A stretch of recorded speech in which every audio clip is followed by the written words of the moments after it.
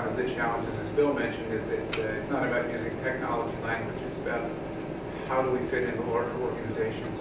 I try to take technology out of the conversation when I'm at the table or in a conversation.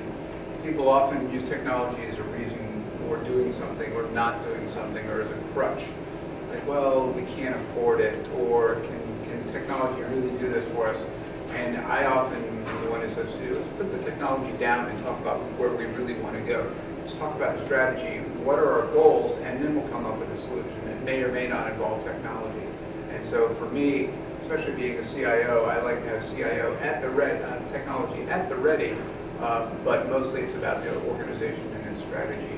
One of the other challenges is positive versus negative communication.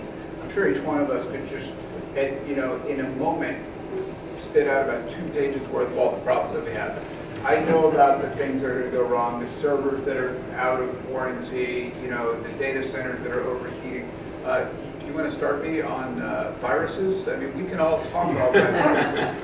But being a doom and gloom operator is no way to communicate. And so when I'm talking about the large projects that we do, it's all about the vision, what we're trying to accomplish. And I will be direct about the challenges we have, but classify them, and here are the problems that are out there. We've got a plan for each one of them. I don't expect for you to hear about them again. I'll let you know if anything else is going on. Let's focus on all of the good that's happening. And it's a little Pollyannish sometimes to be so positive about what we do for technology and what our organizations do. Yet, I think that if we're not the ambassadors of goodwill out of IT, other people will just pile on and say, well, there are problems. I heard that there are problems. I heard that the servers aren't maintained well. And I think it's very important and incumbent upon us to be ambassadors with a positive message about what we do.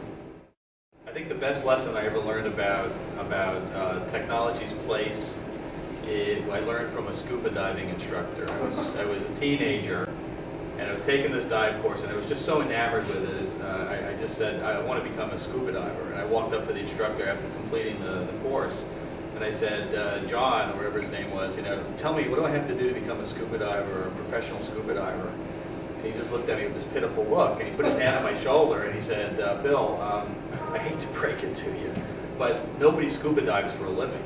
I said, what do you mean? And he said, we are welders, we are biologists, we may be oceanographers or architects or whatever. We only use scuba diving as a means to get to what we're trying to do.